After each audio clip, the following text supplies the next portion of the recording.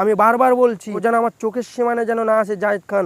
ইমামরা তো শালা খারাপ। বাংলাদেশ জুড়ে শুধু জাহিদ খান আর জাহিদ খান, সুপারস্টার জাহিদ খান আজকে যত বড় ভুল করেছে, ইমামরা তো শালা খারাপ। এই ভুলের কোনো মাসুল হবে না, কারণ তুমি আজকে ধর্মকে নিয়ে টানাটানি করেছো। ছেলে বলৎকার করে তো বাজে লোকে, তাদের কাছে আরবি শেখে যারা। তোমার এইটুকু কথার জন্য আজকে পুরো ইসলামবাসী জেগে উঠেছে। আর আমি এটাই বলবো, যারা জাহিদ খানের ফ্যান ফলোয়ার আছো তাদেরকেই আমি বলছি, এই ভিডিওটা শুধু শেয়ার করতে থাকো। এই সমাজে এগুলো ঘৃণিত অভাব আছে। টুপি একটা দিয়ে ইমাম হয়ে 5 ওয়াক্ত মসজিদে নামাজ পড়াও।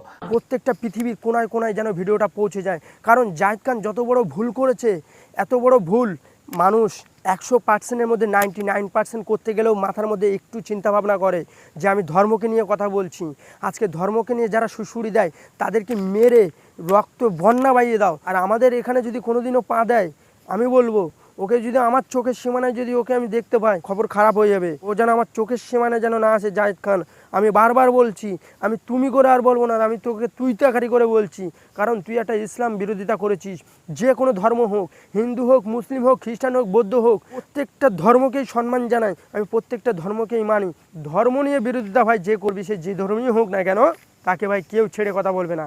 এই পৃথিবী যতটুকু গোল দেখছিস, ততটুকু ইঞ্চিতে ইঞ্চিতে যেখানে যেখানে মানুষ বসবাস করে, সেই সব মানুষগুলো কিন্তু সেই মানুষটাকে ছেড়ে কথা বলবে না। তুই কতদিন লুকিয়ে থাকবি? তুই কতদিন গোডাউনের মধ্যে থাকবি? তুই যেখানে যাস না কেন, তুই যদি 70 ফুট মাটির তলাও যাস, তোকে ঠিক খুঁজে বের করা হবে। এটা মাথায় রেখে কাজ করিস।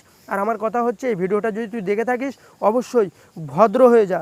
পয়সা লাগে না, ভদ্র হতে পয়সা লাগে না, অভদ্র হতে পয়সা লাগে।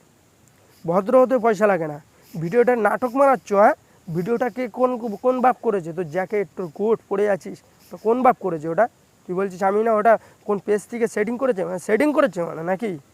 ভুলভাল শিখাচ্ছ মানুষকে, হ্যাঁ?